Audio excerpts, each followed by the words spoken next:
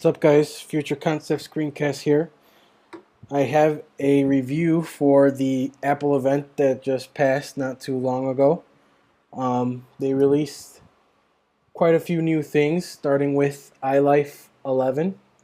As many of you know, iLife has not received an update since January of 2009, so it was time for some changes to the software. The first app that they made a change to was iPhoto. To iPhoto, they added some Facebook enhancements, better email sharing. This time, if you want to share photos with somebody and you want to email it to them, you do it straight from the iPhoto app.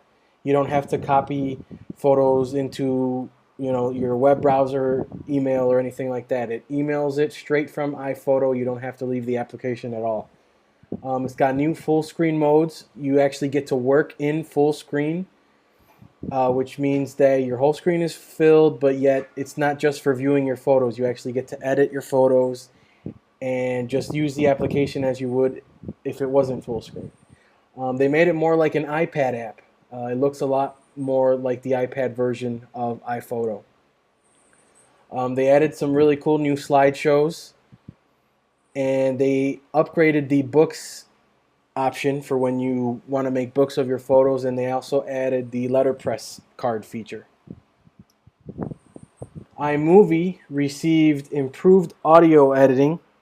That was one of the most requested features for iMovie.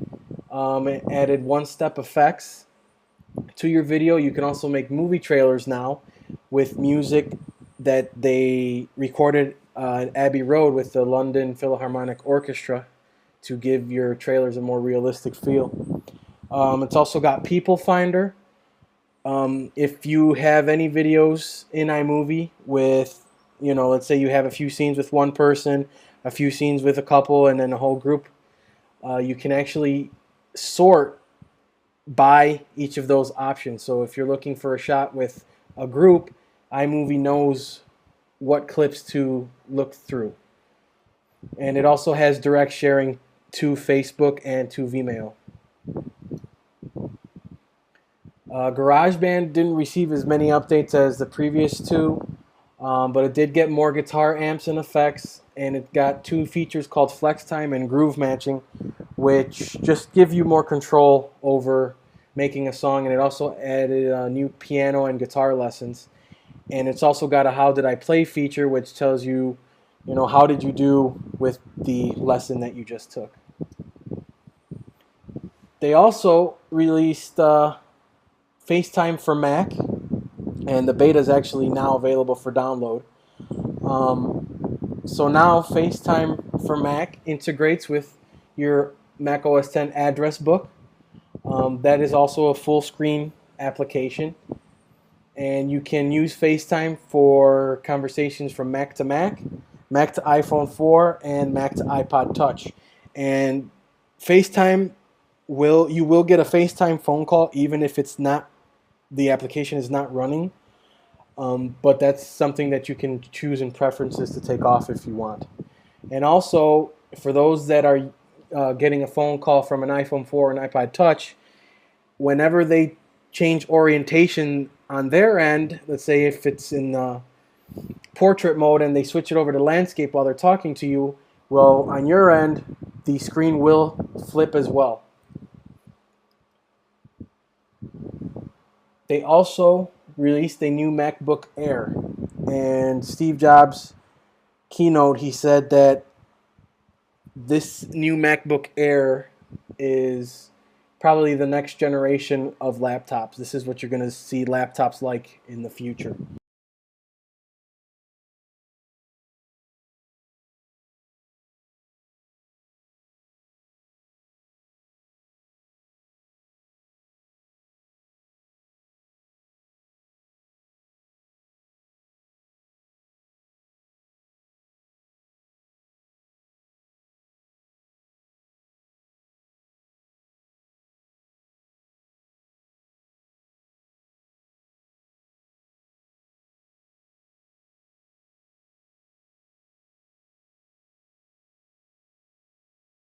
They released an 11.6 inch and 13.3 inch.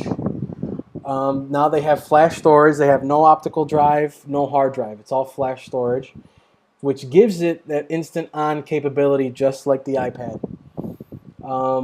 It's got improved battery life and 30-day standby, which is pretty much unheard of for any laptop out there.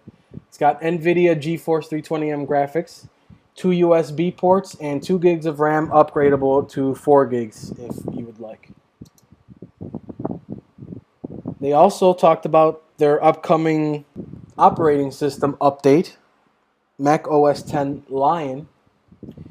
And what they did with Lion, or what they're going to do, is bring the iOS operating system back to the Mac, which is, the name of the event. And what they're doing is some of the features that you use on your iPad and your iPhone are going to be integrated into the Mac now. So now there's going to be a Mac App Store. There's going to be integrated app updates. So whenever there's an update to an app, well, just like on your iPhone or iPad, you get a notification and you update it straight from the application, and that's it. There's also going to be full screen applications for pretty much, I guess, anything across the board for the operating system.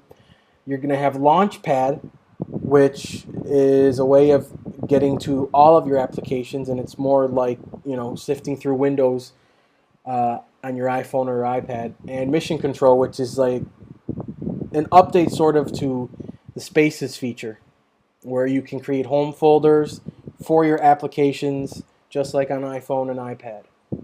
So what they're doing is pretty much coming full circle with their operating systems.